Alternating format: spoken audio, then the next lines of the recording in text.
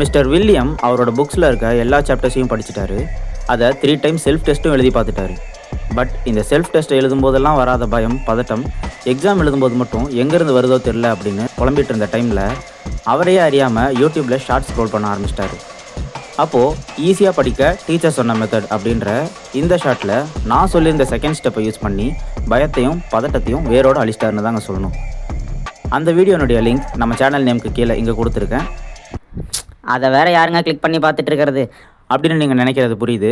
அந்த வீடியோவில் நான் சொன்ன செகண்ட் ஸ்டெப்பை ஆடியோ ரிவிஷனை பற்றி இப்போ ஒரு வாட்டி சொல்கிறேன், கவனமாக கேளுங்க. இப்போது நீங்கள் எக்ஸாம் எழுதிட்டு இருக்க மாதிரி இமேஜின் பண்ணிக்கோங்க.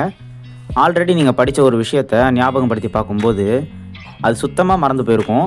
ஆனால் என்றைக்கோ கேட்ட ஒரு சினிமா பாட்டு இப்போ ஞாபகம் வரும்.